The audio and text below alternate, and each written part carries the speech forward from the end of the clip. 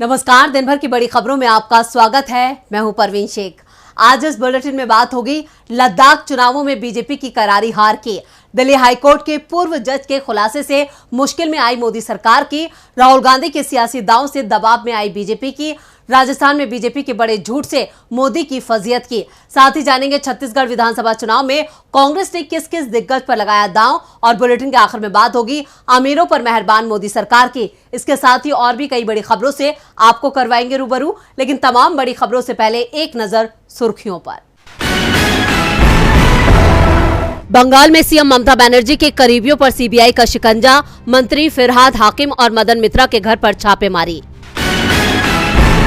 लोकसभा चुनाव से पहले यूपी में कांग्रेस लगातार हो रही है मजबूत, आरएलडी नेता अहमद अमीद ने कांग्रेस का हाथ थामने का किया ऐलान। दिल्ली के पूर्व मंत्री सत्येंद्र जैन से जुड़े मामले में सोमवार को सुप्रीम कोर्ट करेगा सुनवाई, मनी लॉन्ड्रिंग केस में नियमित जमानत के लिए लगाई है अर्जी। एमपी बीजेपी में बड़ी सीएम पद को लेकर रार, शिवराज विजयवर्गीय के बाद अब गोपाल भार्गव ने भी ठोक दिया सीएम पद पर दावा, कहा गुरुजी का आदेश कुछ बड़ा होगा। ये तो थी सुर्खियां, और अब बात आज की सबसे बड़ी खबर की। राहुल गांधी की भारत जोड़ो यात्रा के बाद से बीजेपी अब एक जीत के लिए तरसती दिखाई दे रही है।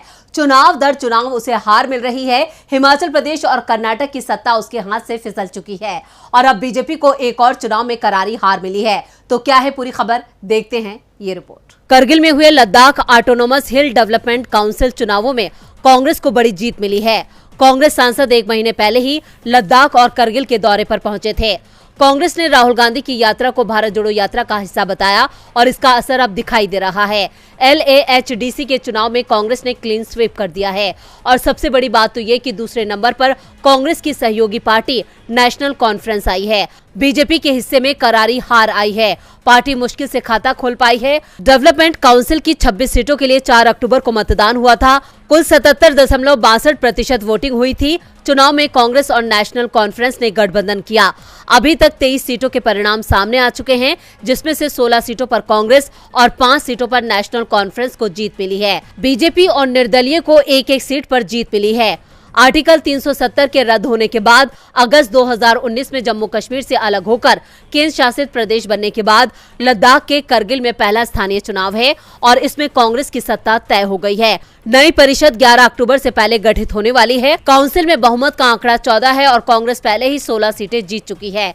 गठबंधन के साथ ये संख्या 21 हो गई है, जबकि अभी भी 3 सीटों के परिणाम आने बाकी हैं और रुझानों में तीनों ही सीटों पर कांग्रेस एनसी गठबंधन आगे चल रहा है। लद्दाख की जीत को भारत जोड़ो यात्रा और विपक्ष की मजबूती का संकेत बताते हुए कांग्रेस महासचिव जयराम रमेश ने कहा, बेशक राष्ट्रीय मीडिया बीजेपी की हार को जगह नहीं देगा, लेकिन जो परिणाम सामने आए हैं उससे साफ है कि चुनाव में बीजेपी का सफाया हो गया है। दरअसल बीजेपी के लिए यह बड़ी हार इसलिए मानी जा रही है क्योंकि लद्दाख को केंद्र शासित प्रदेश बनाए जाने के बाद ये चुनाव उसका लिटमस टेस्ट माना जा रहा था और इसमें बीजेपी को करारी हार मिली है। लद्दाख के इस हार ने आने वाले चुनावों में बीजेपी की मुश्किलों में इजाफा कर दिया है। मुश्किलें तो मोदी सरकार की पूर्व जज ने भी बढ़ा दी हैं। दिल्ली में हुए सांप्रदायिक टकराव को 3.5 साल से ज्यादा का वक्त हो गया है, लेकिन उसकी चर्चा अब भी हो रही है। ये मुद्दा नेताओं की बयानबाजी को लेकर नहीं गरमा रहा, बल्कि जज की टिप्पणी की वजह से मोदी सरकार शक के घेरे में आ गई है। तो क्यों उठ रहे हैं मोदी सरकार पर सवाल, देखते हैं ये रिपोर्ट। राम मंदिर पर फैसला आया तो केंद्र सरकार ने स्वागत किया। जब ज्ञानवापी पर फैसला आया तो केंद्र ने खुशी जाहिर की, लेकिन जब दिल्ली मामलों पर निर्णय आया तो केंद्र नाराज क्यों हुआ? ये सवाल किसी आम नागरिक ने नहीं बल्कि खुद जज ने उठाए हैं। उन्होंने पूछा कि पता नहीं मेरे आदेशों से केंद्र क्यों नाराज हुआ, मैंने वही किया जो सही था। ओडिशा हाईकोर्ट के पूर्व चीफ जस्टिस एस मुरलीधर ने कहा, उन्हें जानकारी नहीं है कि 2020 के मामलों को लेकर उन्होंने जो आदेश जारी किया था उससे केंद्र सरकार क्यों नाराज हो गई। मैंने जो आदेश दिया, मेरी जगह कोई भी दूसरा जज होता वो भी यही आदेश देता। दरअसल जस्टिस मुरलीधर तब दिल्ली हाईकोर्ट में जज थे। उन्होंने दिल्ली में हुए हंगामे में भड़काऊ बयान देने वाले 3 बीजेपी नेताओं के खिलाफ FIR दर्ज करने में देरी पर नाराजगी जताई थी। ये 3 नेता थे बीजेपी सांसद अनुराग ठाकुर, प्रवेश वर्मा और पार्टी के नेता कपिल मिश्रा। जस्टिस मुरलीधर ने पुलिस को आदेश दिया था कि 24 घंटे के अंदर एफआईआर दर्ज करने का फैसला लें। इसी आदेश के बाद केंद्र से उनकी अनबन होने लगी। तभी तो जब बेंगलुरु में आयोजित हुए एक ऑनलाइन न्यूज पोर्टल के कॉन्क्लेव में उनसे पूछा गया कि ऐसी चर्चाएं हैं कि अपने आदेश से आपने सरकार को नाराज किया और इसलिए आपको सुप्रीम कोर्ट का जज बनने का मौका नहीं मिला। जवाब में मुरलीधर ने कहा, इसमें नाराज होने वाली क्या बात थी, इसे लेकर मैं भी उतना ही अनजान हूँ जितना आप हैं। मेरे पास कहने को और कुछ भी नहीं है और इससे ज्यादा किसी बात से फर्क भी नहीं पड़ता है, क्योंकि कई लोगों को लगा था कि मैंने जो किया वही सही था, बल्कि मुझे बाद में बताया गया कि मामले में कोर्ट के दखल देने के बाद कई जिंदगियां बचाई जा सकी थी। जज साहब की ये बात केंद्र सरकार पर सवाल खड़े करती है। सवाल उठ रहे हैं कि क्या केंद्र कानून के फैसले का पालन नहीं करती? क्या वो बीजेपी के नेताओं को बचा रही है? पूर्व जज के इस खुलासे पर पीएम मोदी खामोश हैं। इधर राहुल गांधी को बीजेपी अपरिपक्व बताती रही है। वहीं राहुल एक ऐसा गेम कर गए जो अब सुर्खियों में है। हथियार तो नीतीश का था, लेकिन इसे राहुल गांधी ने बड़ी चालाकी से अपना बना लिया, जिसकी शुरुआत छत्तीसगढ़ से की गई और अमली जामा राजस्थान की राजधानी जयपुर में पहनाया गया। तो कैसे राहुल ने पर्दे के पीछे से मोदी के साथ कर दिया खेल, देखते हैं ये रिपोर्ट। बिहार के सीएम नीतीश कुमार जब बीजेपी के साथ थे तब भी उन्होंने जातीय जनगणना को लेकर दिल्ली दरबार के खूब चक्कर लगाए थे, लेकिन उस वक्त बीजेपी आलाकमान को यह मंजूर नहीं था। साफ साफ मना भी कर दिया गया, लेकिन नीतीश जिद पर अड़ गए और 2022 में सत्ता बदलने से पहले बिहार में जाति आधारित गणना की शुरुआत हो गई। बीजेपी को बिहार विधानसभा में इसका समर्थन करना पड़ा। बीजेपी को डर था कि कहीं नीतीश इसी बहाने एनडीए से खिसक न जाए। हालांकि इसके कुछ ही दिनों बाद पिछले साल 9 अगस्त को ऐसा ही हुआ। नीतीश बीजेपी से अलग हो गए। अब 2024 चुनाव से ऐन पहले यानी 2 अक्टूबर गांधी जयंती के मौके पर नीतीश कुमार ने जातीय जनगणना के आंकड़े रिलीज कर दिए, जिससे बीजेपी दबाव में है। वहीं इसी 6 अक्टूबर को प्रियंका गांधी की छत्तीसगढ़ के कांकेर में रैली थी। इस दौरान रायपुर में नीतीश के ब्रह्मास्त्र पर जमकर मंथन हुआ। इसके ठीक बाद कांकेर की रैली में प्रियंका गांधी ने बड़ा ऐलान कर दिया। प्रियंका ने कहा कि अगर छत्तीसगढ़ में कांग्रेस की सरकार दोबारा आती है तो राज्य में जातीय जनगणना कराई जाएगी। इसके बाद विपक्ष में हड़कंप मच गया। इस रैली को अभी पूरे 48 घंटे भी नहीं बीते थे कि राहुल गांधी के इशारे पर राजस्थान के मुख्यमंत्री अशोक गहलोत ने राजस्थान में जातीय आधारित सर्वे कराने का ऐलान कर दिया। रात में अचानक आई इस खबर ने सियासी गलियारों को गर्म कर दिया। किसी को भी ये उम्मीद नहीं थी कि 24 घंटे के अंदर ही कांग्रेस नीतीश के ब्रह्मास्त्र को कुछ इस तरह से दाग देगी। राहुल पर्दे के पीछे से बीजेपी के साथ बड़ा खेल कर गए, जिससे बीजेपी और पीएम मोदी दबाव में हैं। राहुल के इस सियासी दांव से मोदी की चिंता बढ़ गई है। चिंता तो राजस्थान में बीजेपी की बढ़ गई है। बीजेपी का नहीं सहेगा राजस्थान अभियान के पोस्टर पर विवाद थमने का नाम नहीं ले रहा है। अब सीएम गहलोत ने उस किसान को जयपुर बुलाकर मुलाकात की, जिसके बीजेपी ने बड़े बड़े पोस्टर लगाए थे और दावा किया था कि इस किसान की सरकार ने 200 बीघा जमीन नीलाम करवा दी है। इस मुलाकात में मुख्यमंत्री गहलोत ने किसान के दर्द को धैर्यपूर्वक सुना और बीजेपी के खिलाफ एक्शन लेने के लिए कहा है। क्या है पूरी खबर, देखते हैं ये रिपोर्ट। राजस्थान के मुख्यमंत्री अशोक गहलोत ने जैसलमेर के बुजुर्ग माधुराम जयपाल से अपने घर पर मुलाकात की। इस मुलाकात का वीडियो सीएम गहलोत ने सोशल मीडिया मंच एक्स पर साझा किया है, जिसमें वो किसान माधुराम से कह रहे हैं, हम इस पोस्टर को हटवा देंगे, ठीक है, चिंता मत करो।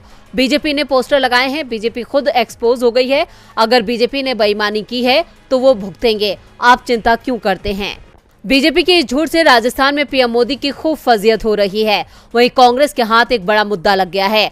आपको बता दें कि विधानसभा चुनावों से पहले बीजेपी की तरफ से नहीं सहेगा राजस्थान अभियान चलाया जा रहा है। इसी अभियान के तहत बीजेपी ने हाल ही में गहलोत सरकार पर किसानों का कर्ज माफ नहीं करने और हजारों किसानों की जमीन नीलाम होने के आरोप लगाए। इतना ही नहीं, बीजेपी ने तो जैसलमेर में एक किसान की 200 बीघा जमीन नीलाम होने का दावा करते हुए बड़े बड़े होर्डिंग्स लगवा दिए।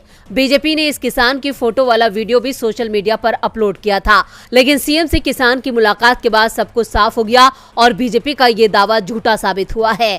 इधर सीएम गहलोत ने राज्य में जातिगत जनगणना का भी ऐलान कर दिया है, जिससे राज्य में बीजेपी की मुश्किलें बढ़ गई हैं। राजनीति के जादूगर और राजस्थान के सीएम अशोक गहलोत ने 6 अक्टूबर को बिहार की तरह राजस्थान में भी जाति सर्वेक्षण करने की बात कही थी। तो वहीं शनिवार 7 अक्टूबर की देर रात सीएम गहलोत ने राज्य में जाति सर्वेक्षण कराने का आदेश जारी कर दिया। गहलोत के इस दांव से बीजेपी बेदम हो गई है। राजस्थान में झूठ से बीजेपी पर हार का संकट और गहरा गया है। इधर छत्तीसगढ़ में भी बीजेपी हार की कगार पर है। 5 राज्यों के विधानसभा चुनाव के लिए अभी तक कांग्रेस ने अपने उम्मीदवार घोषित नहीं किए हैं, लेकिन अब इसे लेकर पार्टी काफी तेजी में है। शनिवार को पार्टी ने मध्य प्रदेश के ज्यादातर उम्मीदवारों के नाम तय कर लिए थे और अब छत्तीसगढ़ में भी पार्टी ने उम्मीदवार चयन की प्रक्रिया तेज कर दी है। छत्तीसगढ़ में कांग्रेस ने अपने सभी उम्मीदवार तय कर लिए हैं। मुख्यमंत्री भूपेश बघेल के आवास पर रविवार को छत्तीसगढ़ कांग्रेस की प्रदेश चुनाव समिति की बैठक हुई और इसमें सभी 90 सीटों पर उम्मीदवार तय कर लिए गए हैं। वैसे कहा जा रहा है कि 3-4 सीटों पर विवाद की स्थिति थी, लेकिन इसे भी सुलझा लिए जाने की खबर मिल रही है। बैठक में सीएम भूपेश बघेल के अलावा प्रदेश प्रभारी कुमारी शैलजा, प्रदेश अध्यक्ष Deepak Baij, deputy CM TS Singhdeo समेत समिति के सदस्य भी शामिल हुए। दरअसल छत्तीसगढ़ में पार्टी उम्मीदवारों के चयन के लिए कांग्रेस की केंद्रीय चुनाव समिति की बैठक सोमवार को दिल्ली में एआईसीसी मुख्यालय में होनी है। इसी दिन सीडब्ल्यूसी की बैठक है। इसमें राज्य चुनाव समिति की ओर से भेजे गए नामों के साथ ही हाईकमान की अपनी सर्वे लिस्ट पर चर्चा होगी। इसलिए सीएम भूपेश बघेल के आवास पर ये बैठक बुलाई गई और उम्मीदवार तय कर लिए गए। राज्य की 90 सीटों पर टिकट के लिए 2000 से ज्यादा लोगों ने आवेदन किए थे, जिसमें पहले हर सीट पर 3-3 नाम छांटे गए, यानी 270 लोगों की लिस्ट तैयार कर दी गई। शुरुआती 5 बैठकों में इनमें 40 सीटों पर सिंगल नाम तय कर लिए गए थे और आज की बैठक में बाकी की बची हुई 50 सीटों पर सिंगल नामों पर मुहर लग गई है। दावा किया जा रहा है कि सोमवार को कांग्रेस वर्किंग कमेटी की बैठक होनी है और उसके बाद केंद्रीय चुनाव समिति की भी बैठक हो सकती है और इस बैठक में उम्मीदवारों के नामों पर मुहर भी लगा दी जाएगी। इसके बाद कांग्रेस छत्तीसगढ़ में उम्मीदवारों की सूची जारी कर सकती है और जो संकेत मिल रहे हैं उससे साफ है कि पार्टी सभी 90 सीटों पर एक साथ उम्मीदवारों के नामों का ऐलान करेगी। छत्तीसगढ़ में विधानसभा चुनावों का ऐलान कभी भी हो सकता है। संकेत इसी बात के हैं कि 15 नवंबर के आसपास छत्तीसगढ़ में वोटिंग कराई जा सकती है। राज्य में 1 या फिर 2 चरणों में ही वोटिंग हो सकती है।